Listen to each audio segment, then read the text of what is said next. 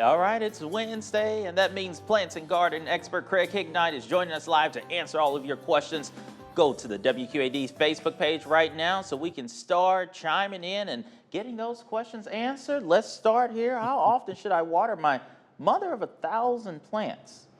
This is a succulent, so a mother of 1,000, or we call it mother of millions. It's a calantula. If you feel the leaf, it's very thick, very rubbery.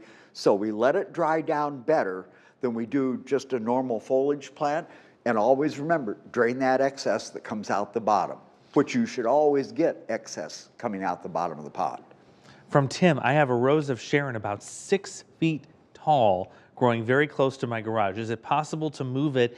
When and how should I be doing this? Wow, this is going to be a toughie because it's pretty big, and I would actually say that it's probably leafed out already this year. I'd like to get that move done just as it's starting to show signs of life in the spring.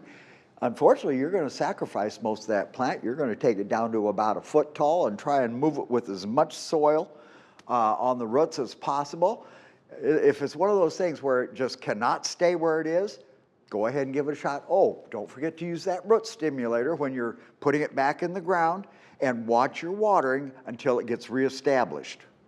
All right, Michelle says, I have lily of the valley and bindweed, which I thought was morning glory, coming up in my garden. How can I get rid of it? Well, that's a kills-all situation. Kills-all will kill any plant that it touches. Just remember, follow the directions on the label and keep it off of desirable plant material. From Cheryl, I have 2 clematis. One is blooming right now and the other one later. When do I prune them? Well, actually, with clematis, I like to go ahead about a month ago, usually late April, I would have taken them down to about hip high. That way you get all new growth. The plant doesn't get overgrown. If you don't cut it back each year, you get this huge gob of dead growth on the inside. So in late April, take it down to about hip high. All right, we are starting to see some small clusters of grapes on the vine. What can we do to help them grow?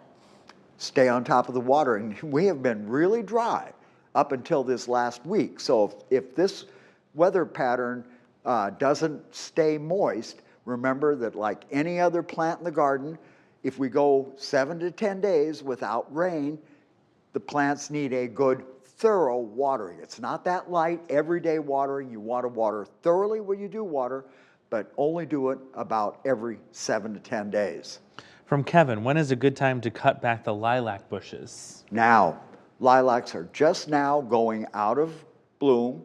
So you will go into that lilac, you'll choose the tallest stem, take it down as close to the ground as you can, cut it off. If it's still too tall, you take the second tallest stem and you work your way through the plant slowly. Remember, you never take more than about 25 to 30% of the plant out in any one year. All right, we're going to take a quick break and get to more questions off of our WQAD Facebook page when we come back. Stay with us.